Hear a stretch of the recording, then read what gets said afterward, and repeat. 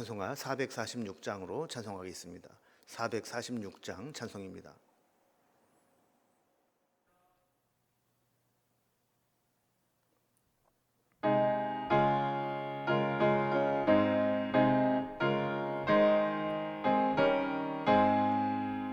주 음성 외에는 참 기쁨 없도다. 날 사랑하신 주 늘 계시옵소서. 기쁘고 기쁘도다. 항상 기쁘도다. 나 주께 왔사오니 꼭 주옵소서. 나 주께 왔으니 복 주시옵소서. 주 함께 계시면 큰 시험이기네. 기쁘고 기쁘도다. 항상 기쁘도다. 나 주께 왔사오니 복 주옵소서. 주 떠나가시면 내 생명 헛되네. 기쁘나 슬플 때 늘 계시옵소서. 기쁘고 기쁘도다. 항상 기쁘도다. 나 주께 왔사오니 복 주옵소서. 그 귀한 언약을 이루어 주시고 주 명령 따를 때 늘 계시옵소서. 기쁘고 기쁘도다. 항상 기쁘도다. 나 주께 왔사오니 복 주옵소서.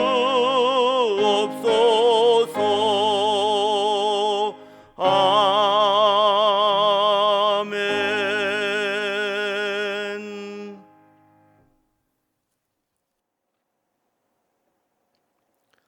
네, 오늘 함께 나눌 하나님 말씀은 신약성경 사도행전 26장 19절에서 32절까지 말씀입니다. 사도행전 26장 19절에서 32절까지 233면입니다. 말씀을 제가 봉독하겠습니다. 아그리빠 왕이여, 그러므로 하늘에서 보이신 것을 내가 거스르지 아니하고 먼저 다메섹과 예루살렘에 있는 사람과 유대 온 땅과 이방인에게까지 회개하고 하나님께로 돌아와서 회개에 합당한 일을 하라 전함으로 유대인들이 성전에서 나를 잡아 죽이고자 하였으나 하나님의 도우심을 받아 내가 오늘까지 서서 높고 낮은 사람 앞에서 증언하는 것은 선지자들과 모세가 반드시 되리라고 말한 것밖에 없으니 곧 그리스도가 고난을 받으실 것과 죽은 자 가운데서 먼저 다시 살아나사 이스라엘과 이방인들에게 빛을 전하시리라 함이니이다 하니라. 바울이 이같이 변명하매 베스도가 크게 소리내어 이르되 바울아, 네가 미쳤도다. 네 많은 학문이 너를 미치게 한다 하니 바울이 이르되 베스도 각하여 내가 미친 것이 아니요 참되고 온전한 말을 하나이다. 왕께서는 이 일을 아시기로 내가 왕께 담대히 말하노니 이 일에 하나라도 아시지 못함이 없는 줄을 믿나이다. 이 일은 한쪽 구석에서 행한 것이 아니니이다. 아그리빠 왕이여, 선지자를 믿으시나이까? 믿으시는 줄 아나이다. 아그리빠가 바울에게 이르되 네가 적은 말로 나를 권하여 그리스도인이 되게 하려 하는도다. 바울이 이르되 말이 적으나 많으나 당신뿐만 아니라 오늘 내 말을 듣는 모든 사람도 다 이같이 결박된 것 외에는 나와 같이 되기를 하나님께 원하나이다 하니라. 왕과 총독과 버니게와 그와 함께 앉은 사람들이 다 일어나서 물러가 서로 말하되 이 사람은 사형이나 결박을 당할 만한 행위가 없다 하더라. 이에 아그리빠가 베스도에게 이르되 이 사람이 만일 가이사에게 상소하지 아니하였더라면 석방될 수 있을 뻔하였다 하니라. 아멘. 지금 이제 베스도와 아그리빠는 바울을 불러서 추가로 신문을 하면서 로마에 상소하게 될 때 뭐 거기에 뭔가 죄목을 적을 게 있을까 좀 찾아보는 그런 과정이었습니다. 그들 앞에서 이제 진술을 하게 될 기회를 얻은 바울은 지금 문제의 핵심이 무엇인지, 그리고 자기가 원래는 유대인들과 똑같았는데 왜 지금 이렇게 변하게 되었는지 그 계기를 설명합니다. 자, 그리고 나서 다메섹에서 부활하신 예수님을 만난 이후에는 지금까지 어떤 삶을 이제 살아왔고 또 여기에 오게 되었는지 그런 이야기를 합니다. 그러니까 바울은 다메섹에서 주님을 만난 후에 다메섹과 그리고 다시 예루살렘으로 와서 그리고 다시 온 유대와 이방에 이르기까지 회개하는 복음을 전해왔다라고 자신의 삶을 이야기합니다. 그러나 이 일로 인해서 유대인들이 자기를 죽이려고 했고 모든 일에 하나님의 도우심으로 말미암아 그 많은 암살 계획과 위협과 박해 속에서도 그는 살아서 여기까지 오게 되었다라는 이야기를 합니다. 이런 진술이 끝난 다음에 짧게나마 베스도와 아그리빠와의 대화가 이루어지게 되죠. 바울에 대해서 알게 된 이 베스도는 이게 아무리 생각해도 이제 바울이 공부를 너무 많이 해서 미친 것이 아닌가 하는 이야기를 합니다. 또 아그리빠에게는 복음을 전하려고 할 때 적은 말로 권하여 나를 그리스도인이 되게 하려느냐 이렇게 이야기를 하게 되죠. 결국 이 신문에서 베스도나 아그리빠나 거기 배석한 모든 사람들은 바울에게서 어떠한 혐의도 찾을 수 없다라는 결론을 내렸고 오직 이 바울의 무죄함만이 드러나게 되는 신문이었습니다. 이제 오늘 본문의 내용을 단락별로 좀 구분을 해보면 먼저 19절에 23절까지는 다메섹에서 주님을 만나고 회심한 이후에 지금 이 법정에 설 때까지 그가 어떤 삶의 여정을 거쳐 살아왔는지 설명을 하고 있습니다. 또 24절부터 29절까지는 이런 자기 진술이 끝난 후에 총독 베스도와 또 아그리빠 왕과 짧은 질문과 대답을 통해서 대화를 이어나가는 모습이 나오게 됩니다. 30절에 32절까지는 이제 재판이 종결되고 사람들이 흩어지게 되면서 바울의 무죄함을 오히려 증언하게 되었고 이제 바울은 본격적으로 로마의 압송을 준비하게 됩니다. 자, 이런 내용으로 오늘 본문을 살펴봅니다. 첫 번째 단락입니다. 첫 번째 단락은 그가 다메섹 도상에서 이제 회심한 이후에 자기가 어떤 경로를 통해서 증인된 삶을 살았고 여기까지 오게 됐는지 그 과정을 설명합니다. 바울은 이제 주님을 만난 이후에 그의 살아가야 될 이유와 목적이 분명해졌습니다. 완전히 새로워진 것이죠. 19절에 보면 바울은 그것을 거스르지 않았다. 하늘에서 보이신 것을 나는 거스르지 않았다. 하나님 주신 사명과 소명대로 살고 있다. 고백을 하는 겁니다. 그래서 20절에 보면 먼저는 그가 다메섹에서 그리고 예루살렘으로 돌아와서 그리고 그 후에는 유대와 온 땅과 또 이방인에게까지 가서 회개에 합당한 일을 하라고 전했다고 고백을 합니다. 복음을 전했다는 것이죠. 근데 21절에 보면 그 이유 때문에 이 유대인들이 그 성전에서 자기를 잡아서 죽이려고 했다라는 겁니다.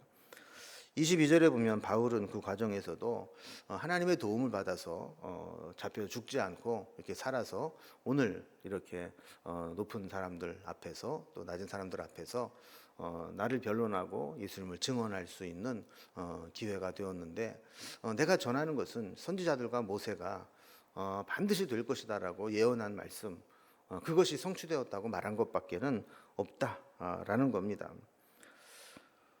마지막으로 예수 그리스도를 전합니다. 23절 말씀을 보면 곧 그리스도가 고난을 받으실 것과 죽은 자 가운데서 먼저 다시 살아나사 이스라엘과 이방인들에게 빛을 전하시리라 함과 같다 그랬습니다. 22절을 보면 이 예수 그리스도는 선지자와 모세가 반드시 되리라고 한 그 예언의 성취자라고 했죠. 그러니까 바울은 그렇게 유대인들이 믿는 율법 또 선지자들 그들이 소망하고 기대하고 전하고 있었던 그 말씀이 이루어진 것에 대해서 이야기했을 뿐이라는 겁니다. 여기서 이스라엘과 이방인들에게 전했다라는 말은 좁은 의미로 말하면 이스라엘은 자기를 고소한 대제사장들, 그러니까 이방인들은 지금 자기의 변론을 듣고 있는 그런 베스도 총독을 포함해서 비유대인들을 의미하는 거죠. 그러니까 예수 그리스도를 믿어야 하는 데는 유대인이나 비유대인이나 다 똑같다는 결론입니다. 바울은 자기를 드러내지 않았습니다. 오직 예수 그리스도만 전하고 복음만 전했던 것이죠. 우리는 이 바울의 진술을 보면서 어떤 말들을 많이 하고 우리가 무엇을 주장하고 강조하고 살아가는지를 돌아보면 좋겠습니다. 사실 내가 어떤 말을 많이 하느냐를 보면 내가 관심이 어디 있느냐를 보여주는 거 아니겠습니까? 바울은 이렇게 그의 모든 인생이 예수님 아니면 설명이 안 되는 그런 삶을 살았던 것을 기억하면서 우리도 우리의 인생에 바울처럼 예수님이 나의 삶의 전부가 되는 그런 삶이 되기를 바랍니다. 자, 두 번째로 이렇게 진술을 마친 후에 바울은 총독 베스도와 또 아그리빠 왕과 짧은 질문과 답변을 통해서 또 대화를 이어나가는 것을 보게 됩니다. 바울의 변론을 듣고 베스도와 아그리빠는 적지 않은 충격을 받았을 겁니다. 먼저 베스도의 반응을 좀 살펴봅니다. 24절을 보면 바울이 이같이 변명하며 베스도가 크게 소리내어 이르되 바울아 네가 미쳤도다. 네 많은 학문이 너를 미치게 하노라. 이렇게 이야기를 하죠. 그러니까 이 바울의 간증 중에 뭐 하늘에서 비치는 빛을 봤다느니 또 하늘에서 예수님 음성을 들었다느니 또 자기가 하는 것은 하늘이 보이신 것을 거스르지 않고 따르는 것이라느니 이런 이야기들을 보면서 이게 너무 허무맹랑해 보이는 거죠. 그래서 바울이 내가 들을 때 뭐 헬라 철학도 능통하고 가말리엘 문화에서 율법도 배우고 했다고 하는데 너 너무 공부를 많이 해서 너무 많은 학문이 너를 미치게 한 것 같다. 이렇게 이야기를 하는 거죠. 25절에 보면 바울은 여기에 대해서 반박합니다. 각하 내가 미친 것이 아니요 도리어 참되고 온전한 말을 하는 겁니다. 베스도는 좀 바울과 살아온 인생과 세계가 가치관이 완전히 다릅니다. 그렇기 때문에 이 베스도는 바울이 어떤 말을 해도 그거를 정말 믿지를 못하는 거죠. 뭔가 있구나 하는 요동함은 느끼긴 했지만 바울의 말을 온전히 이해하기 힘들었던 겁니다. 두 번째로 아그리빠와의 대화가 나옵니다. 26절에 보면 이 왕께서는 이 일을 아시기로 내가 왕께 담대히 말하노니 이 일에 하나라도 아시지 못함이 없는 줄을 믿나이다 그랬습니다. 자, 그러니까 좀 베스도는 바울이 이야기를 해도 믿지 못했지만 좀 아그리빠는 유대인들과 함께 생활을 해왔기 때문에 유대인들의 율법 또 종교 이런 것들 다 알고 있어서 자기가 이야기를 하면 다 알지 못하는 게 없을 줄을 내가 믿습니다 라면서 이야기를 시작하죠. 그러면서 이어서 보면 이 일은 한쪽 구석에서 행한 것이 아니니이다 그랬어요. 그러니까 예수님에 대한 이야기 이거는 뭔가 시골 동네 한쪽에서 잠깐 뭐 센세이션을 일으켰다가 사라진 그런 소소한 일이 아니라는 거예요. 모든 사람들이 다 알만한 그리고 온 유대가 다 요동칠 만한 그런 사건이었다라는 거죠. 그러면서 27절에 이렇게 도전합니다. 아그리빠 왕이여 선지자를 믿으시나이까? 믿으시는 줄을 아나이다. 바울이 어떤 종국을 찌르는 말이죠.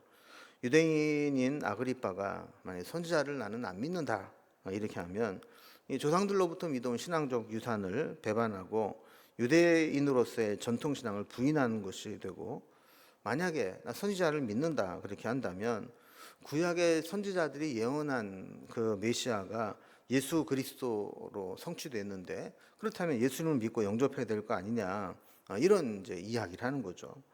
그러니까 아그리파 입장에서는 선지자를 믿는다고도 말할 수 없고 믿지 않는다라고 말할 수도 없는 상황입니다. 그래서 오히려 27절 뒷부분에 보면 믿으시는 줄 아나이다 그러면서 대답까지 해버리는 거예요. 믿으셔야 됩니다. 안 믿는다고 말하면 안 됩니다.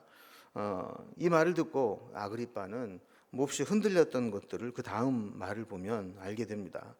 28절을 보면 아그리파가 바울을 향해서 이렇게 이야기하죠. 내가 적은 말로 나를 권하여 그리스도인이 되게 하려 하는도다 그랬습니다. 어떻게 보면 아그리파 왕의 속마음을 무의식중에 툭 튀어나와 버린 거죠. 내가 이게 정신을 차리고 지금 집중하니까 내가 여기에 있는 거지, 까딱 잘못하면 이 바울의 말에 설득을 당해서 예수를 믿을 뻔했다라는 겁니다. 그래서 어떻게 말도 많이 하지 않으면서 나를 설득시켜서 예수를 믿어야 되는 생각이 들게 했느냐 하는 이제 속마음을 표현한 것이죠. 이러한 아그리파의 말에 대해서 바울이 변론이 29절에 나옵니다. 아닙니다. 말이 적으나 많으나 나는 당신뿐만 아니라 오늘 내 말을 듣는 여기 있는 모든 사람들이 다 내가 이렇게 결박된 거를 빼놓고는 내가 예수님 믿는 거 다 나처럼 그렇게 예수님을 믿는 자가 되기를 나는 하나님 앞에 간절히 원합니다. 이렇게 이야기를 하고 있는 겁니다. 바울은 자신의 선택과 결정에 대해서 자신감을 가지고 있었습니다. 나는 다시 태어나도 이 길을 선택할 것이고 나뿐만 아니라 모든 사람들이 내가 선택한 선택을 하기를 바란다 하는 거죠. 여러분, 우리는 지금까지 내가 살아온 인생에 대해서 확신이 있고 자신감이 있습니까?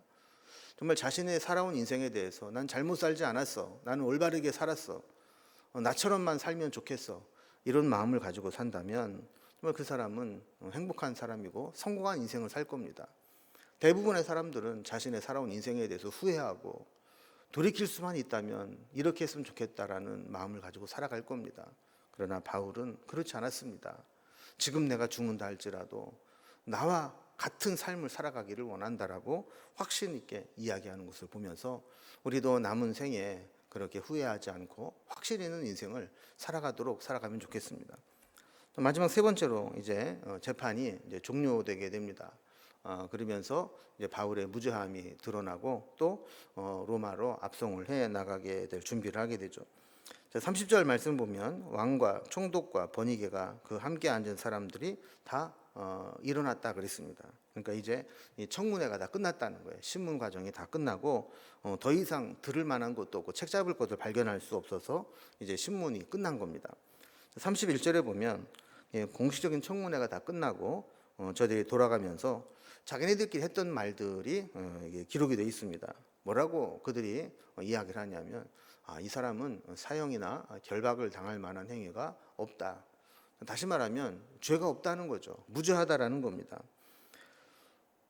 32절에 보면 아그리빠도 인정을 합니다. 이 사람이 만일 이렇게 가이사에게 막 상소하고 복잡하게 하지 않고 여기서 만약에 재판을 받았다면 무죄 판결을 받고 풀려나는 것이 당연한 일이었다.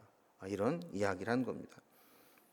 바울이 가이사에게 상소해서 로마의 법정에 서게 되었지만 만약에 상소를 포기하고 정식으로 재판을 한다면 그건 무죄 판결을 받고 석방될 것이 분명하다라는 거예요. 여러분, 만약에 하나님의 뜻과 무관하게 이런 일을 당한다면 괜히 상소해가지고 로마까지 가는 게 얼마나 억울한 일입니까? 죄가 없어서 지금 석방돼야 될 사람이 로마에까지 끌려가서 미결수로 재판을 받아야 되는 거 참 괴로운 일일 겁니다. 아마도 세상 말로 말하면 감옥에서 썩었다 이렇게 표현을 할지 모르겠습니다. 그러나 바울은 상소를 포기하지 않았습니다. 왜냐하면 바울은 로마로 가서 하나님의 복음을 전하는 것이 하나님의 뜻임을 분명히 알았기 때문입니다. 결국 유대인들과 로마의 총독이 바울을 죄인으로 몰아서 가이사의 법정에 세웠고 또 이 가이사의 법정에서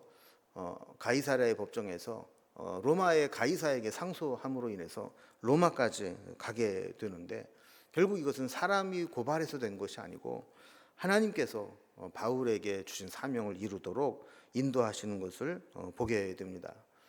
오늘 우리는 바울의 이 고백을 통해서 우리 인생을 한번 돌아보면 좋겠습니다. 다 나와 같이 되기를 원한다. 내가 이렇게 결박된 것 외에는 다 나와 같이 됐으면 좋겠다라고 자신의 삶에 대해 당당히 말했던 것과 마찬가지로 우리도 정말 당당하게 담대하게 나와 같은 삶을 살면 좋겠다 이렇게 말할 수 있는 그런 인생이 될 수 있기를 주님의 이름으로 기원합니다. 기도하겠습니다. 하나님 아버지, 바울은 신문을 받으면서도 당당하게 나는 미친 것이 아니고 오히려 온전한 말을 하는 것이다. 그리고 나와 같이 이렇게 결박된 것 외에는 다 자기가 예수를 믿고 변화된 것과 같은 그런 삶을 살기를 원한다라고 이야기했던 것과 마찬가지로 우리도 우리가 살아온 인생에 대해서 책임을 지고 확신을 가지고 자신 있게 말할 수 있는 그런 인생을 살아갈 수 있도록 인도해 주옵소서. 후회하거나 또한 낙심하거나 또한 이럴 걸 저럴 걸 하는 인생이 아니라 누구라도 나와 같은 인생을 살기를 바란다라고 이야기할 수 있는 그런 인생을 살아갈 수 있도록 인도해 주옵소서. 오늘도 주님 안에서 믿음으로 살아가기를 소망하며 예수님의 이름으로 기도드리옵나이다. 아멘. 각자의 기도 제목들로 자유롭게 기도하시겠습니다.